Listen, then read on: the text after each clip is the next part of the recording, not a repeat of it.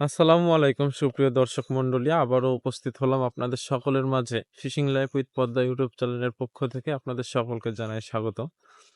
পদ্মা নদীতে এসেছি আজকে মাছ ধরার উদ্দেশ্যে নয়, একটি ভিন্ন রকম উদ্দেশ্য নিয়ে এসেছি। পদ্মা নদী নিয়ে আপনাদের কিছু তথ্য আজকে জানাবো, যেটা আপনাদের জানা অত্যন্ত গুরুত্বপূর্ণ আমি মনে করি। যদি 5 মিনিট আপনাদের কাছে সময় থাকে তাহলে অবশ্যই আমাদের ভিডিও না দেখে যাবেন না। আজ থেকে 1.5 মাস আগে প্রায় আমাদের এই অঞ্চলে এই চাষাবাদের জমিতে 1 মানুষ অব্দি পানি ছিল। এই যে দেখছেন পাশে গাছগাছালি, এখানে যে পাড়টা দেখতে পাচ্ছেন এই পাড়ের উপরে 1 মানুষ পানি উঠেছিল। আর এইদিকে যেই নদী দেখছেন, নদী ভাঙনের কারণে প্রায় 300 থেকে 500 ফিট অব্দি জমি চলে গেছে কৃষি ভাইদের নদীর মধ্যে। যার কারণে এখন নদীর পাড়ের নিচে যেটুকু অবশিষ্ট আছে, পানি শুকিয়ে যাওয়ার কারণে যেটুকু অবশিষ্ট পেয়েছে তাতেই তারা ফসল ফলাচ্ছে। যতটুকু তাদের হয় সেটুকু দিয়ে তারা তাদের জীবনযাপন করবেন। তবে কারো জন্য সর্বনাশ হলেও কারো জন্য কিন্তু পৌষ মাসও হয়। নদীর পানি এদিকে উপরে ওঠার কারণে অসংখ্য পলি পড়েছে।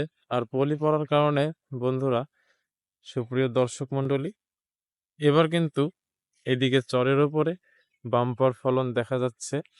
এদিকে কেউ মটর, কেউ গম, কেউ ভুট্টা, কেউ লাল শাক, কেউ আলু, কেউ পেঁয়াজ, কেউ সরিষা, নানা রকমের ফসল ফলাচ্ছে। তবে ফসলের দিক দিয়ে কৃষি ভাইরা যদিও একটু আনন্দের মধ্যে আছে, তবে শীতকাল আসার কারণে জেলে ভাইদের অত্যন্ত দুঃখের মধ্যে পড়তে হয়েছে। বিষয়টি বন্ধুরা এরকম যে শীতকাল আসলে পদ্মা নদীর পানি যখন শুকিয়ে যায় তখন মাছ খুবই কমে যায়। যার কারণে দেখতেই পাচ্ছেন সম্পূর্ণ নদী ফাঁকা, কিছু নৌকা শুকনে পড়ে আছে। আমাদের যে নৌকা সেটাও অনেকদিন যাবৎ কিনারায় বাঁধা আছে, আমরাও মাছ মারতে চাইনি। মাছ না হওয়ার কারণে মাঝিরা নৌকা পানিতেও নামায়নি, দেখতেই পাচ্ছেন আপনারা এখানে।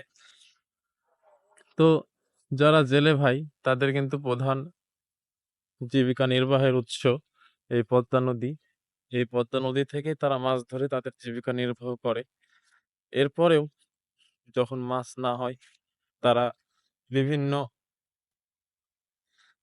কাজের মাধ্যমে, যেমন গৃহস্থী কাজ বা রাজমিস্ত্রি, রড মিস্ত্রি, ইটের ভাটা, বিভিন্ন রকমের কাজ করে তাদের জীবিকা নির্বাহ করে। এটা তাদের জন্য বাধ্যতামূলক হয়ে যায়।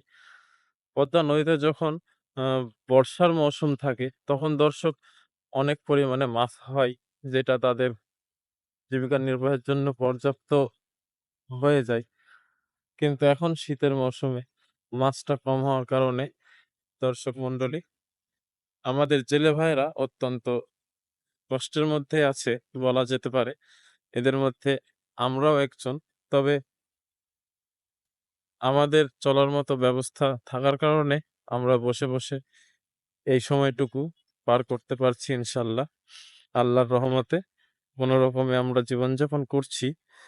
এই যে দেখতেই পাচ্ছেন এখানে অসংখ্য নৌকা কিন্তু কিনারায় বাঁধা আছে, অসংখ্য নৌকা শুকনে পড়ে আছে এদিকে। তারপরেও পদ্মা নদীর এই করুণ পরিস্থিতির মধ্যে দিয়েও নদীমাতৃক দেশে নদীকে যারা ভালোবাসে তারা এই পদ্মা নদীতে উপস্থিত হয়। আমাদের এই পদ্মা নদীর সৌন্দর্য এতই বেশি যে প্রতিটা দিন বিকেলে পদ্মা নদীতে অনেক মানুষ ঘুরতে আসে। গ্রামের অঞ্চলের, শহর থেকেও আসে। বিশেষ করে আমরা প্রায়ই ঘুরতে আসি। প্রতিদিন এই পদ্মার বুকে পদ্মার বাতাস শরীরে না লাগলে আমাদের ভালো লাগে না। যেহেতু পদ্মা নদীতেই মাছ ধরি, পদ্মাতেই আমাদের অবস্থান, তাই পদ্মার এই মনোরম দৃশ্য না দেখলে মন ভরে না। এরই মধ্যে দিয়ে জীবনযাপন করে আলহামদুলিল্লাহ অনেক ভালোই আছি। তো সুপ্রিয় দর্শক মণ্ডলী, আপনাদের যদি এই ভিডিওটি ভালো লাগে তাহলে অবশ্যই আমাদের চ্যানেলটি সাবস্ক্রাইব করবেন এবং ভিডিওতে একটি লাইক করে দিবেন। আলহামদুলিল্লাহ। আশা করছি আপনারা সকলেই এই কাজটি করে দিবেন। আর আপনারা আশা করছি সকলে সুস্থ থাকবেন। আল্লাহ হাফেজ।